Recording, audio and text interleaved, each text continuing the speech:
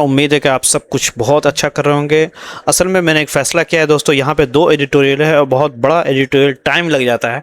एक अमृत नाम की एक हमारा सब्सक्राइबर है, वो रिक्वेस्ट करते हैं कि दोनों एडिटोरियल करेंगे, तो मैंने फ़ैसला ये किया है कि 2 वीडियो हम बनाएंगे, ठीक है ना। तो 2 वीडियो हम बनाएंगे, एक इसका बनाएंगे और एक इसका बनाएंगे, ठीक है। दोनों को अलग अलग करेंगे और दोनों की अलग अलग वोकैब होगी। तो इसमें क्या है, टाइम भी ज़्यादा नहीं रहेगा और थोड़ा मेरे को भी सांस लेने का मौका मिलेगा। चलिए हम लोग पढ़ते हैं इसको। नया तो चैनल को ज़रूर सब्सक्राइब करिए। ये जो है ये असल में आउफ है, एक नाम है असल में। और वीडर जहन, वीडर शहन या वीडर जहन भी बोल सकते हैं।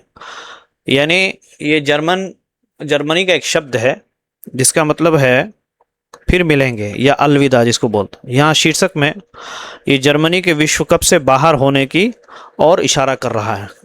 क्योंकि जर्मनी जो है विश्व कप से बाहर हो गया तो इसकी तरफ इशारा कर रहा है कि जर्मनी का जो है शौक यानी हैरान करने वाला जो बाहर निकलना है फ्रॉम द वर्ल्ड कप से, टेल्स बताता है अ लार्जर टेल, एक बहुत बड़ी कहानी है इसके पीछे। समझ में आ रहा? यानी विश्व कप से जर्मनी का चौंकाने वाला बाहर होना हमें एक बड़ी बात बताता है। क्या बताता है कि अपसेट्स यानी इंसानों की दुनिया में ऐसे बड़े उलटफेर होना आम बात है। आर रिच पार्ट, बहुत ही बड़ा हिस्सा है। रिच मतलब मालदारी, लेकिन यहाँ मतलब है, इसलिए बोलते हैं दोस्तों अपसेट का मतलब आपने अब तो सुना होगा कि नाराज हो जाना, व्हाई आर यू अपसेट, लेकिन यहाँ अपसेट्स का मतलब उलटफेर का हो गया। तो ये एडिटोरियल जो है समझना आसान नहीं है, लेकिन किस कॉन्टेक्स्ट में यह कहा गया है ये आपको हम जैसा एडिटर ही एडिटोरियल को एक्सप्लेन करने वाला है बताएगा, ठीक है। ऑफ ह्यूमन अफेयर्स, इंसानों के मामलात में के अंदर एक बहुत बड़ा हिस्सा है किसका? इंसानों के अंदर उलटफेर का, कभी अच्छा कभी बुरा, ये बहुत बड़ा। चलिए हम इसको भी पढ़ेंगे दोस्तों। इससे पहले मैं चाहता हूं कि वोकैब को एक मरतबा जल्दी से कवर करेंगे, उसके बाद फिर will come back to the editorial. Okay, आपके सामने पढ़ रहा था दोस्तों, और यहाँ पे मैंने डाल दिया है। और चलिए लेक्स, इसको मैंने डाल दिया, इसका पीडीएफ आपको लिंक मिल जाएगा, ठीक है। और यहाँ पे जो है इसका पीडीएफ बहुत क्लियर है, ठीक है। मैं बहुत जल्दी अपना वेबसाइट लॉन्च करूंगा, उसके अंदर ये सारे पीडीएफ डाल दिया करूंगा, अगर आप if you don't want to take the membership subscription anyway.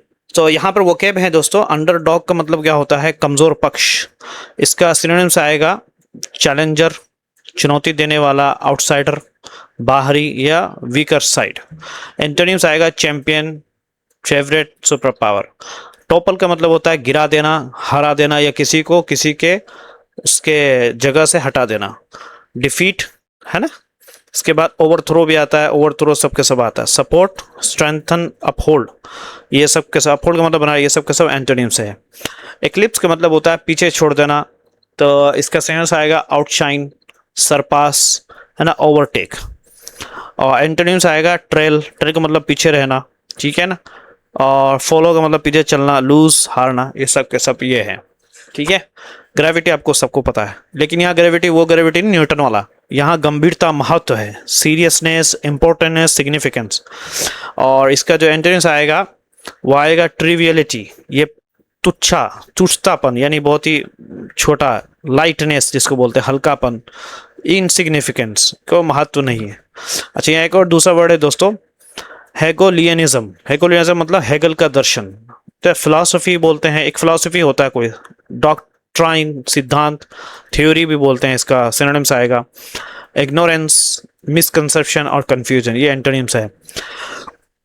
Rupture का मतलब होता है बड़ा, क्या है, टूटाव, जैसे बहुत ही बड़ा कहीं टूट जाता है, ब्रेक होता है, इसका सिनोनिम्स आएगा फ्रैक्चर भी हो गया। एंटोनिम्स आएगा यूनिटी, हार्मोनी, स्टेबिलिटी। चर्ण का मतलब होता है लगातार बदलाव, जिसका सिनोनिम्स है अपहेवल का मतलब होता है बदला, अतल पुतल जिसको बोलते हैं। टर्मोइल का मतलब होता है अशांति, चेंज, बदलाव। और एंटोनिम्स आएगा स्टेबिलिटी, ठीक है, काम, उसके बाद है ऑर्डर। और कॉर्ल का मतलब होता है नियंत्रण में रखना, इसका सिनोनिम्स है कंट्रोल, रिस्ट्रेन, कंटेन।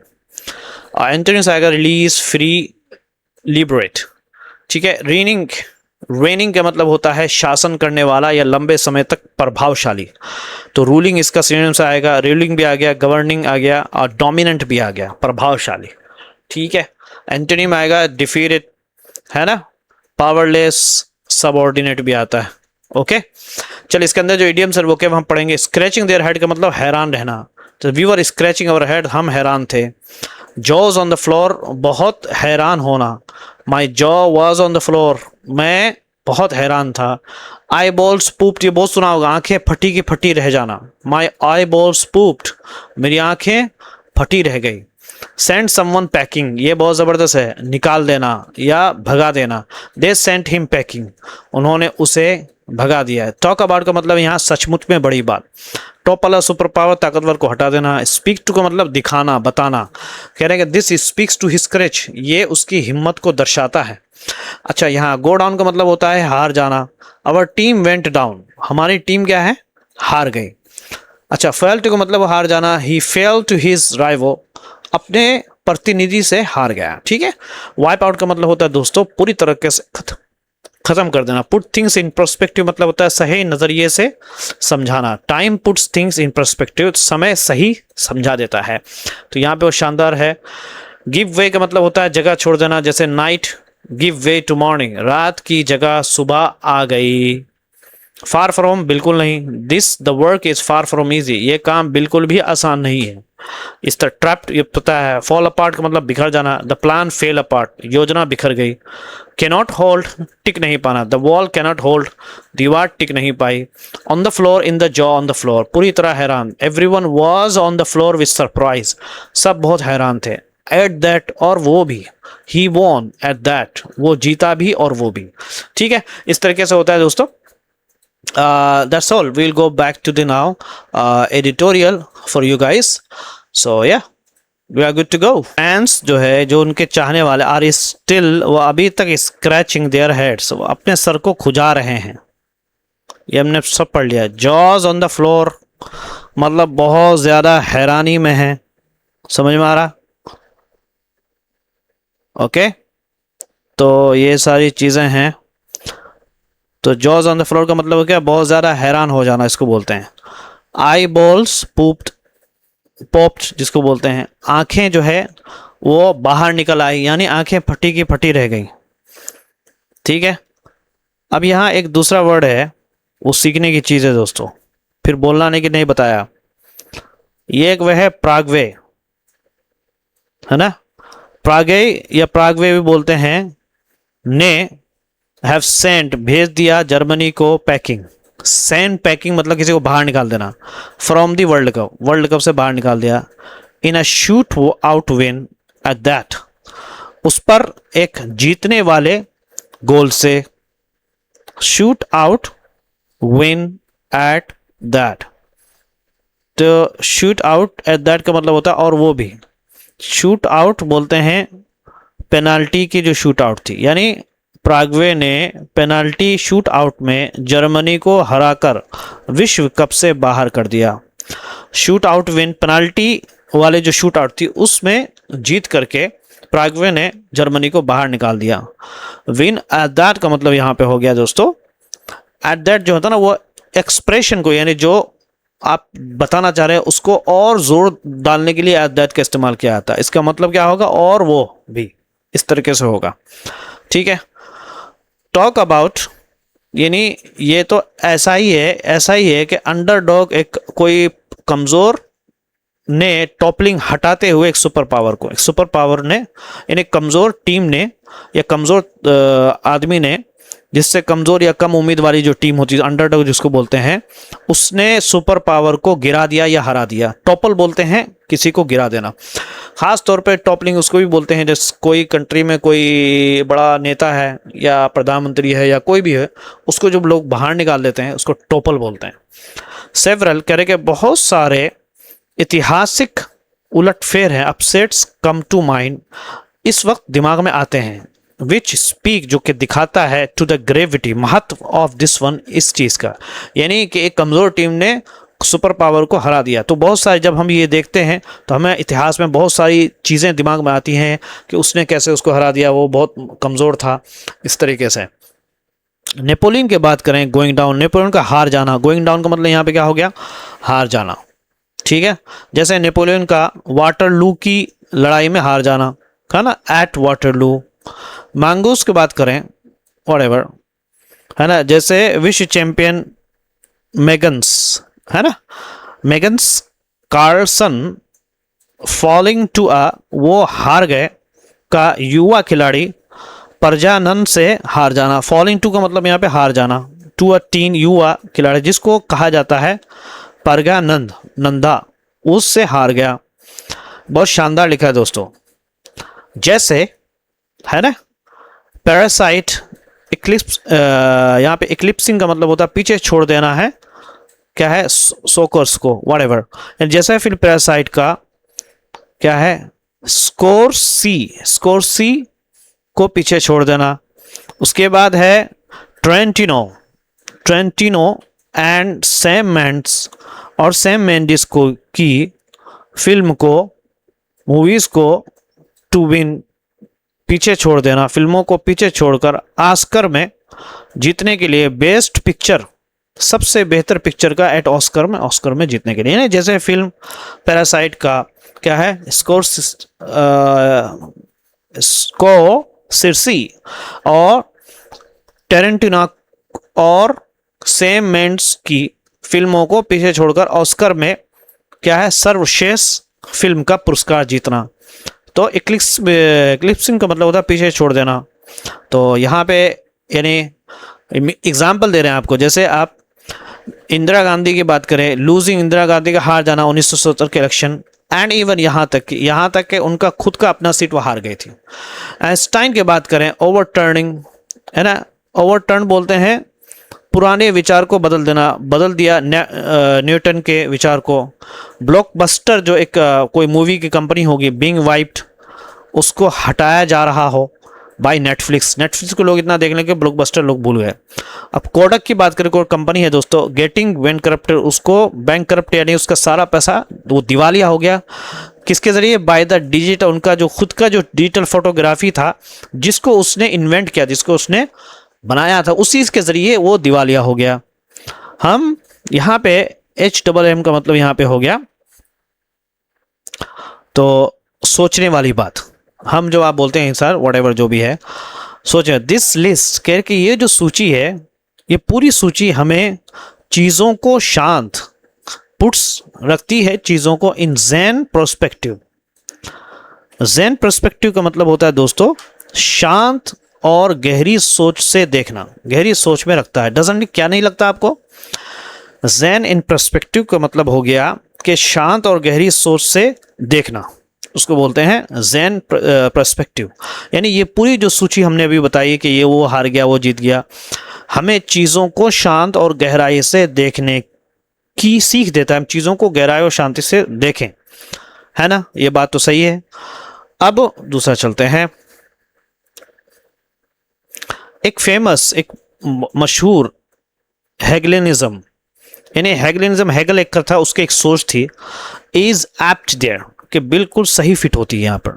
एप्ट का मतलब यहाँ पे क्या हो गया, हेगलिनिज्म जर्मन का मशहूर एक हेगल का विचार, उसको हेगलिनिज्म बोलते हैं। एप्ट बोलते हैं बिल्कुल सही बैठना, यहाँ पे सही बैठता है। वो क्या था उनका कि द ऑल, यानी जो उल्लू होता है, ऑफ मिनर्वा व्हाटएवर, के ऑल ऑफ, ये एक्चुअली में एक प्रसिद्ध रूपक, समझे नहीं, ऑल ऑफ मिनर्वा। इसका मतलब ये है कि किसी घटना की असली समझ अक्सर उसके हो जाने के बाद आती है। ये कहना चाह रहे हैं कि ऑल, जो मिनर्वा का जो उल्लू है वो फैलाता है, स्प्रेड्स इट्स विंग, अपने बाजुओं को, ओनली कब, with the falling of the dusk, शाम होते साथ ही फैलाता है। यानी डस्क मतलब शाम, और फॉलिंग मतलब गिरना, यानी जब डस्क होना शुरू होता है, जब शाम होना शुरू होता है। कि एक प्रसिद्ध बात बिल्कुल सही बात बैठती है कि मिनर्वा का जो उल्लू होता है अपने पंख तभी फैलाता है जब शाम होने लगती है। इसका क्या मतलब है? मतलब यहाँ पे यही मैंने इससे पहले बता दिया आपको कि किसी घटना की जो है उसकी असली समझ आपको उसी वक्त उसके हो जाने के बाद समझ में आती है।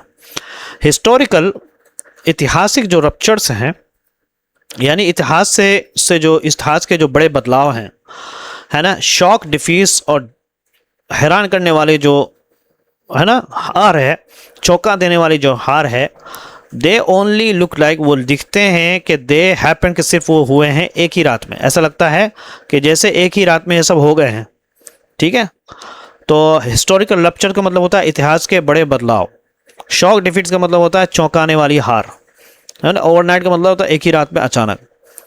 कह रहे कि पेनाल्टी शूट आउट, चुनाव का जीतना। कह रहे कि द पेनाल्टी वाला जो शूट आउट है, द इलेक्शन, या इलेक्शन का जो परिणाम होता है, द ऑस्कर इन्वॉल्व, ऑस्कर की जो आपको इनाम मिलता है या आपका लिफाफा मिलता है, द प्रोडक्ट लॉन्च, प्रोडक्ट को आप लॉन्च करते हैं, कि दे, और दे आर, ये सब के सब, ऑल यूजुअली, आमतौर से एक हिस्सा होता है बड़े फीडबैक का, लॉन्गर फीडबैक लूप का। अब यहाँ पे फीडबैक लूप का मतलब होता है ऐसी लगातार चलने वाली प्रक्रिया जिसमें पुराने नतीजे आगे के बदलाव लाते हैं। पुराने नतीजे, बहुत ही लंबा एक वो होता है, प्रक्रिया होता है, जिससे जो है पुराने नतीजे वो आगे के बदलाव को लाते हैं। जो पुराने उनके जो, यानी हर चीज़ के पीछे एक मेहनत होती है, ये कहना चाह रहे हैं। कुल मिला के बात ये है। दोबारा मैं ट्रांसलेट कर देता हूं कि पेनाल्टी शूट आउट, चुनाव का नतीजा, ऑस्कर का लिफाफा या किसी नए उत्पाद की शुरुआत, ये सब आमतौर पर एक लंबी प्रक्रिया का हिस्सा होते हैं। ये है लॉन्गर फीडबैक लूप का मतलब यहाँ क्या होगा, ऐसी लगातार चलने वाली प्रक्रिया जिसमें पुराने नतीजे आगे के बदलाव लाते हैं, इसको फीडबैक लूप बोलते हैं। और ज़्यादातर बार ये बदलाव अच्छे नतीजे लेकर के आते हैं। चलिए पढ़ते हैं। एंड मोर ऑफ्टन, और more often than not, more often than not का मतलब यहाँ पे हो गया कि ज़्यादातर बार, यानी ज़्यादा मर्तबा। द चर्न्स, ये दो चर्न का मतलब यहाँ पे हो गया लगातार बदलाव। ये जो लगातार है बदलाव, ये इज़ फॉर द बेटर, ये अच्छाई के लिए होती है। यानी ज़्यादातर बार जो है ये लगातार बदलाव या हलचल जिसको बोलते हैं, या हलचल, ये चर्न जो होती है वो अच्छे नतीजे लेकर के आती है, यह मतलब है। इसे रचनात्मक निशाना या विनाश कहा जाता है। इट इज़ क्रिएटिव, रचनात्मक विनाश कहा जाता है कि ओल्ड वैल्यू, जो पुरानी जो यानी क्या बोलते हैं उसको, पुरानी चीज़ें, ओल्ड वैल्यू, जो पुरानी चीज़ें गेट्स डिस्ट्रॉय, ख़त्म होती है, ख़त्म की जाती है, ताकि नई चीज़ें, न्यू वैल्यू कैन इमर्ज, सामने आ सके।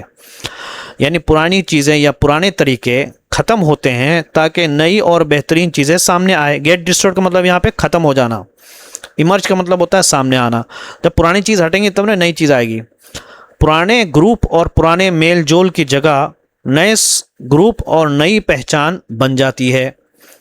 एग्जिस्टिंग, यानी अभी मौजूदा जो ग्रुप है, गिव वे, वो मौका देती है टू इमर्ज, के सामने आने के लिए, आइडेंटिटीज़, नए लोगों को सामने आने का मौका दे। गिव वे का मतलब होता है जगह छोड़ देना, यानी जो पुराने समूह, एग्जिस्टिंग कोलिशन जो है ना, ये जगह देती है टू इमर्जेंट, सामने आने का, है ना, आइडेंटिटीज़, नए लोगों को सामने आने का मौका देती है, यानी नई पहचान बन जाती है। पुराने समूह और पुराने मेल जोल की जगह नए समूह, नए ग्रुप और नई पहचान बन जाती है। समझ में आ रहा है दोस्तों? अब ये आगे देखिए, बहुत शानदार। फॉल, गिरना of the Berlin wall, Berlin दीवार का, ओनली पुट, वो सिर्फ का सिर्फ, put a defeating rumble, defeating rumble बोलते हैं दोस्तों, किसी का ध्यान बहुत बुरी तरीके से, बहुत ज़ोर से दुनिया का ध्यान उस बात की ओर खींच देना, उसको बोलते हैं कि बर्लिन का गिरना ओनली वो रखता है, पुट अ डिफीटिंग रंबल, एक बहुत ही खतरनाक, पूरी, इसका मतलब क्या होगा, रखता है डिफाइनिंग रंबल। समझ में आ रहा है दोस्तों? यानी डेफनिंग है, डेफनिंग रंबल ऑन का मतलब क्या हो गया कि लोगों द्वारा सही माना जाना, इसको बोलते हैं। तो ये है, ओके, यानी बर्लिन की दीवार का गिरना, बहुत जोर से दुनिया का ध्यान उस बात की ओर खींच देना।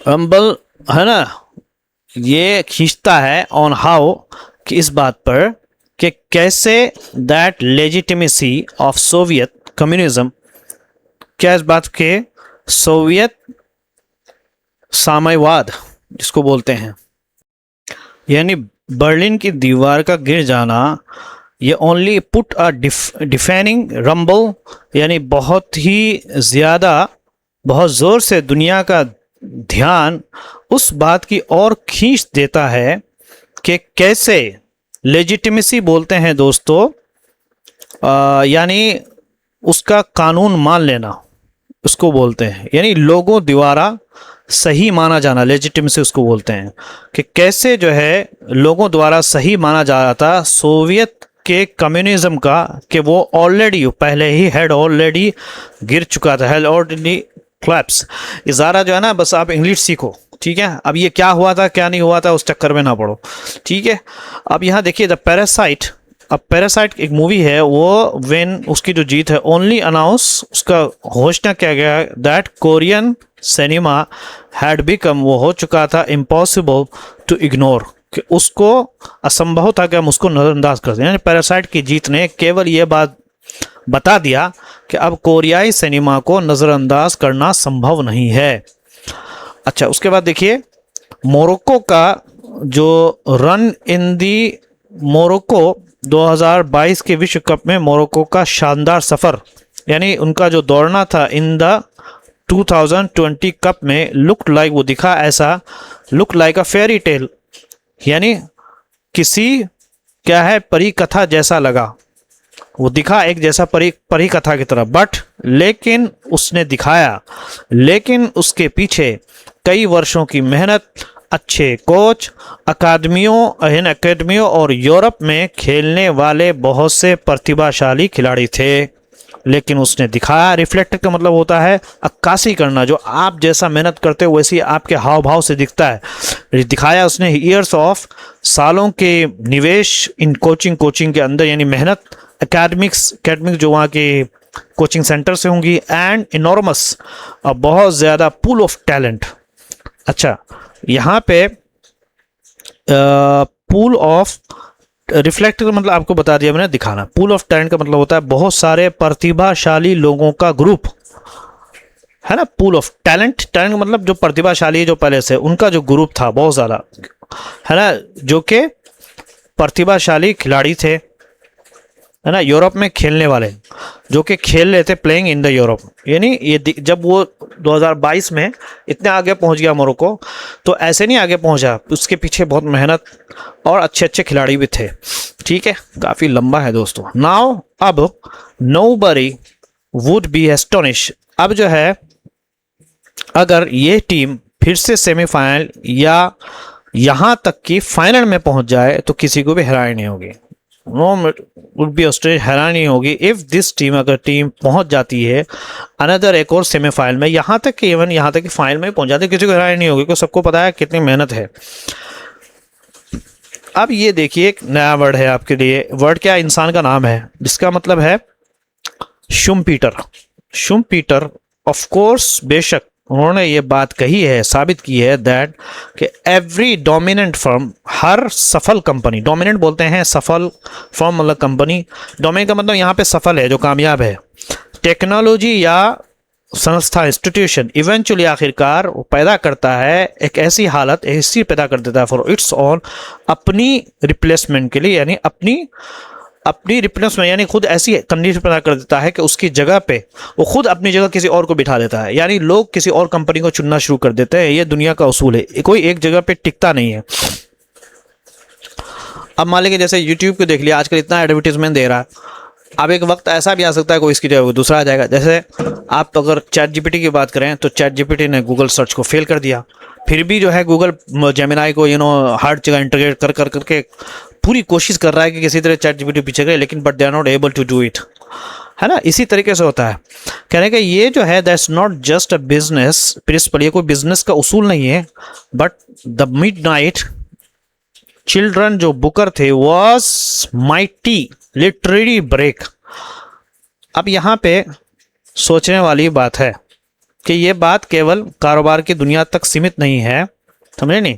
मिडनाइट चिल्ड्रन के बुकर पुरस्कार मिलना साहित्य की दुनिया में एक बहुत बड़ा बदलाव था।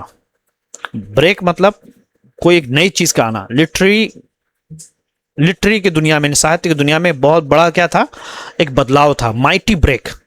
माइटी ब्रेक का मतलब, लिटरेरी ब्रेक का मतलब होता है साहित्य में बहुत बड़ा बदलाव। माइटी मतलब बड़ा, साहित्य में बहुत बड़ा बदलाव था। बट लेकिन इट्स कंडीशन, है ना, फिर पढ़ते हैं दोस्तों, लेकिन उसके पीछे की वजह कई दशकों से धीरे धीरे बन रही थी। इट्स कंडीशन, जो वजह थी, हैड बीन एक्यूमुलेटिंग, बन रही थी, फॉर डेकेड्स, कई दशकों से। ठीक है, यानी रीजन, एक रीजन, ये दो रीजन, तीन रीजन, चार रीजन, कुल मिला के 100 रीजन एक्यूमुलेट एक जगह पे जमा हो रही थी कई दशकों से, यानी सालों की मेहनत थी उन लोगों के माइटी लिटरेरी ब्रेक होने के लिए। चिल्ड्रन, ये जो मिडनाइट की जो बुक थी, बाय 1981 तक ब्रिटेन अब अंग्रेजी बोलने वाली दुनिया का सबसे बड़ा केंद्र नहीं रहा था। ब्रिटेन वॉज नो लॉन्गर, अब नहीं रहा था द सेंटर, केंद्र of English speaking world, English बोलने वाली दुनिया के लिए। एंड द प्राइज, और इस पुरस्कार ने अंग्रेजी उपन्यास को नुकसान नहीं पहुंचाया। Far from destroying English novel, है ना, इंग्लिश नॉवेल को तबाह करने से बहुत दूर था, यानी नुकसान नहीं पहुंचाया। समझे नहीं? ये देख लो फार फ्रॉम कैसे यूज किया गया है। एक्सपेंडेड यानी नुकसान नहीं पहुंचाया, बल्कि उसे बढ़ाया। एक्सपेंडेड, बढ़ा दिया। इट ड्रामेटिकली, यानी पहले से कहीं ज्यादा बड़ा और मशहूर बना दिया। ड्रामेटिकली मतलब होता है बहुत जबरदस्त तरीके से उसको बढ़ा दिया, मशहूर कर दिया। समझा ना? यानी, और इस पुरस्कार ने अंग्रेजी उपन्यास को नुकसान नहीं पहुंचाया, बल्कि उसे पहले से कहीं बड़ा, ज्यादा और मशहूर बना दिया। समझ में आ रहा दोस्तों? तो ड्रामेटिकली मतलब होता है बहुत ज्यादा, यहां पे मतलब होगा बहुत बड़ी और सफल संस्था या कंपनी अक्सर उसी व्यवस्था में फंस जाती है जिसने उसे सफल बनाया था। द जाइंट, जो बड़ी बड़ी ऑफ्टन, जो कंपनियां हैं, बड़ी कंपनियां ऑफ्टन बिकम्स, वो हो जाती हैं फंसी हुई, बाय द सिस्टम, उसी व्यवस्था में, दैट मेड इट, जिस व्यवस्था ने उसको कामयाब बनाया। The underdog is free to improvise, कह रहे कि जबकि कमजोर जो पक्ष होता है, अंडरडॉग जिसको कमजोर पक्ष बोलते हैं, इज फ्री, वो नई सोच अपनाने और नई तरीके आजमाने के लिए ज्यादा आजाद होते हैं। इज फ्रीयर, यानी पहले दूसरे मुकाबले में आजाद होते हैं। टू इम्प्रोवाइज यानी नई सोच अपनाने के लिए या कुछ भी करने के लिए, क्योंकि वो पहले से कमजोर होता है तो कोशिश करते रहते हम ये करेंगे वो करेंगे, तो वो काफी जो है वो आजाद होते हैं। अच्छा, हम दूसरा पढ़ते हैं दोस्तों।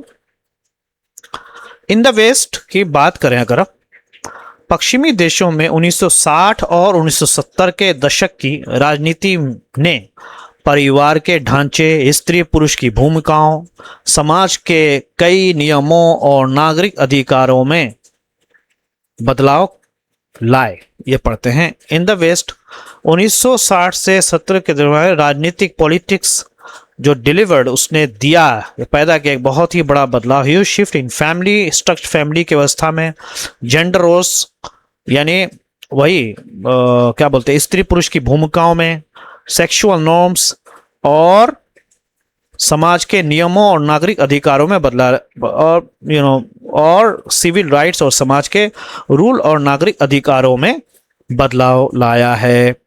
समझे? डिलीवर्ड ह्यूज शिफ्ट का मतलब होता है बड़े बदलाव लाना। ये बहुत ज़रा ड्यूरिंग स्पीच दे सकते हो, तो वहां पे आप ये वाला वर्ड बोल सकते हो। ओके, टुडे, आज की बात करें, द पेंडुलम, एक नया वर्ड है, देख लो आप, समझे नहीं? द पेंडुलम होता है समय का रुख बदलना। इसको मैं पूरा मीनिंग क्या है इसमें एक मरतब पढ़ के सुना देता हूँ, आपको बता देता हूँ। आज समय दूसरी दिशा में जाता दिखाई दे रहा है, जैसे ROE फैसला पलट दिया गया, DEI कार्यक्रम कम किए जा रहे हैं, लिंग और प्रवासन यानी जिसको इमिग्रेशन के नियम को फिर से सख्त किए जा रहे हैं, और ब्रेक्सिट तथा ट्रम्प का दौर देखने को मिला। ये ट्रम्प के पीछे ही पड़ गया। पेंडुलम बोलते हैं समय का रुख। ये जो समय का रुख है, समय का रुख बदलाव, इसको बोलते हैं द पेंडुलम, है ना। रो, है ना, इज गिविंग अस, हमें दे रहा है कि रो यानी ROE का जो फैसला था उसको ओवरटर्न बदल दिया गया है, पलट दिया गया। ओवरटर्न मतलब पलट दिया गया है। DEI के जो प्रोग्राम्स हैं रोल्ड बैक, है ना, कम किया जा रहा है उसको। रोल्ड बैक का मतलब होता है किसी चीज़ का कम हो जाना, यानी वापस लेना या कम कर देना, कम किया जा रहा है। और जेंडर, समझे नहीं, और लिंग और प्रवासन, जेंडर और जो इमिग्रेशन जो प्रवासन है वो कोरल, यहाँ पे कोरल्ड, सॉरी, कोरल्ड अनयू का मतलब होता है फिर से नियंत्रण में लाना उसको। ऑन कोल्ड अनयू, एक फिर से उसको जो है नियंत्रण में लाया जा रहा है, सख्त किया जा रहा है। पहले थोड़ा बहुत छूट दी गई थी, उसको दोबारा जो है उसको नियंत्रण में लाया जा रहा है। अब ब्रेक्सिट हमने देखा, ब्रिटिश का जो एग्जिट हो गया था यूरोपियन यूनियन से, और ट्रम्प का एरा भी हम लोग देख रहे हैं, ना, यानी ब्रेक्सिट तथा ट्रम्प का दौर हम लोगों को देखने को मिला। तो ये सारी चीजें हैं। असल बात ये है, थिंग इज, असल बात ये है कि एज यस्टरडे, जैसे कि पहले था, सो टुडे, वैसे ही आज भी है। What seems permanent really isn't, है ना, कि जो चीज हमेशा रहने वाली लगती है वो सच में हमेशा नहीं रहती, है ना। व्हाट सीम्स परमानेंट, जो दिखती है कि रियली परमानेंट है भाई, अब इसको हरा नहीं सकता, इजंट वो एक्चुअल में सच में परमानेंट नहीं होती। इसी तरह दुनिया का हाल है, दुनिया भी एक दिन नष्ट हो जाएगी, सब खत्म हो जाएंगे दोस्तों। चीजें जो है बिखर जाती है, चीजें, थिंग्स फॉल अपार्ट, चीजें बिखर जाती है। द सेंटर कैनॉट होल्ड, यानी मतलब कोई भी ताकत हमेशा सब कुछ संभाल नहीं सकता। सेंटर जो है वो कैनॉट होल्ड का मतलब यहाँ पे क्या हो गया कि कोई भी व्यवस्था हमेशा मजबूत नहीं रह सकता, टिक नहीं सकता, कैनॉट होल्ड, है ना, कोई भी। हिस्ट्री और इतिहास की अगर हम बात करें, संभाल कर नहीं रह सकता। इतिहास में कोई भी हमेशा के लिए विजेता नहीं रहता। History has no permanent winners, कोई भी हमेशा के लिए विजेता नहीं रहता। ओनली लॉन्ग रीनिंग वंस, कौन लोग रहते हैं, लंबे समय तक जीतते रहते हैं, है ना। कुछ लोग या देश केवल लंबे समय तक जीतते रहते हैं, बस रीनिंग करते रहते हैं, लॉन्ग रीनिंग वंस, इन लंबे समय तक जीतते रहते हैं। लेकिन ये सोचना कि वो हमेशा रहेंगे तो ऐसा हो नहीं सकता। लॉन्ग रीनिंग का मतलब होता है लंबे समय तक सफल या क्या है, शक्तिशाली बने रहना। लॉन्ग रीनिंग से मतलब ये हो गया, ठीक है। तो ऐसा नहीं होता है। तो कुल मिला के बात यह है कि बहुत शानदार से इसके इडियम्स एंड फ्रेजल वर्ब में इसके हैं। अब मैं दूसरा एडिटोरियल दूसरी वीडियो में डालूंगा, नया तो चैनल को जरूर सब्सक्राइब करें। इसी वीडियो में डालूंगा, मतलब दूसरा वीडियो बना करके आपके लिए डालूंगा। ये वाला एडिटोरियल है ना, ये वाला आप लोग पढ़ने की कोशिश करेंगे।